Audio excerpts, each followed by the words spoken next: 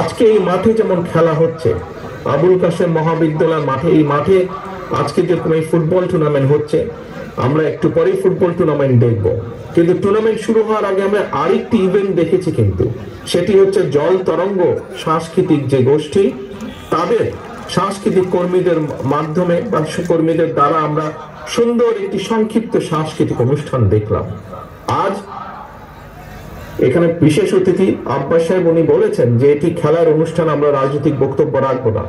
আমিও রাজনৈতিক বক্তব্য রাখতে চাইছি না, কিন্তু একটি কথা আমি আপনাদের সামনে আজকে তুলে ধরতে চাই।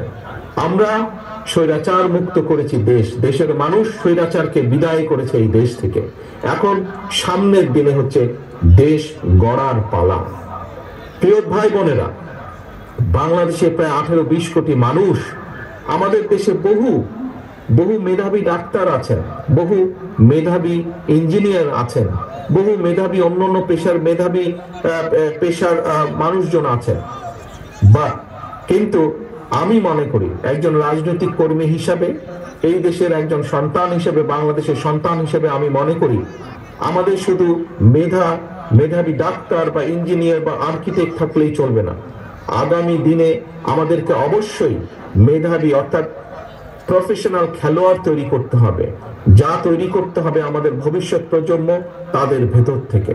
আমাদেরকে আগামী দিনে ভালো সাংস্কৃতিক ব্যক্তিত্ব তৈরি করতে হবে, এবং যা যদি তৈরি করতে হয় আমাদেরকে সেই পরিকল্পনা গ্রহণ করতে হবে।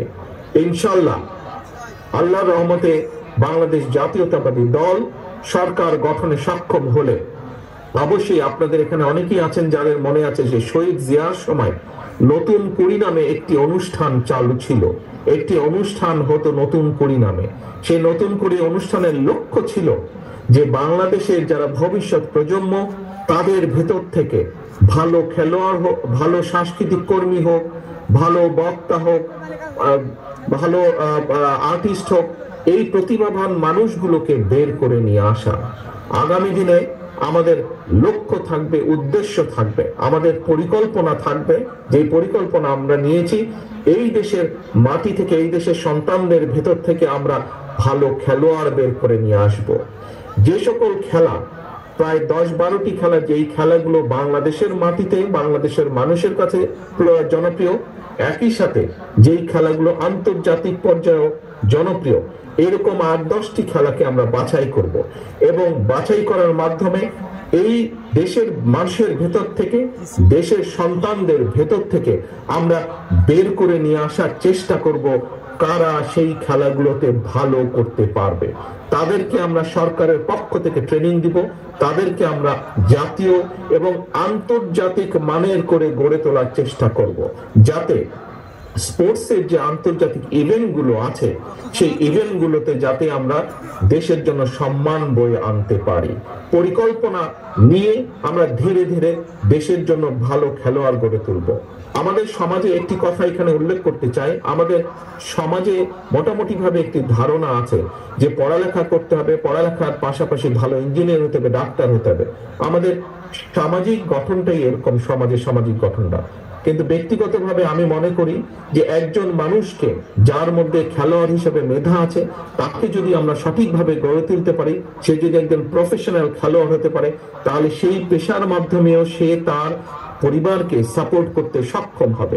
ঠিক একইভাবে আমরা যদি একজন ভালো সাংস্কৃতিক প্রফেশনাল সাংস্কৃতিক কর্মীও গড়ে তুলতে পারি, তাহলে সে সংস্কৃতির মাধ্যমে হতে পারে সে একজন বাদ্যযন্ত্রের সাংস্কৃতিক হতে পারে, সে একজন ভালো নাচ করতে পারে, সে ভালো গান গাইতে পারে, একজন খেলোয়াড় সে ফুটবলের হতে পারে, সে ভলিবলের হতে পারে, বাস্কেটবলের হতে পারে, ক্রিকেট প্লেয়ার হতে পারে।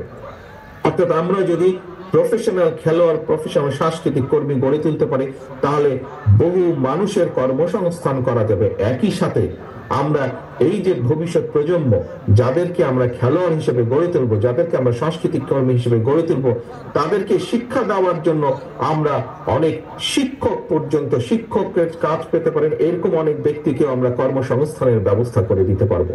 কাজেই আসুন আজকে শুধু ডাক্তার ইঞ্জিনিয়ার আমরা গড়ে তুলবো, মেধাবী ডাক্তার ইঞ্জিনিয়ার আর্কিটেক্ট গড়ে তুলবো, পাশাপাশি আমরা আগামী দিনের জন্য আমাদের দেশের মানুষের ভিতর থেকে, ভবিষ্যৎ প্রজন্মের ভিতর থেকে যাতে আমরা প্রফেশনাল খেলোয়াড়, প্রফেশনাল সাংস্কৃতিক কর্মীও গড়ে তুলতে পারি, সেই লক্ষ্যে যাতে আমরা সফল হতে পারি, সেই প্রত্যাশা আমি আপনাদের সকলকে সাথে নিয়ে সেই প্রত্যাশা রাখতে চাই।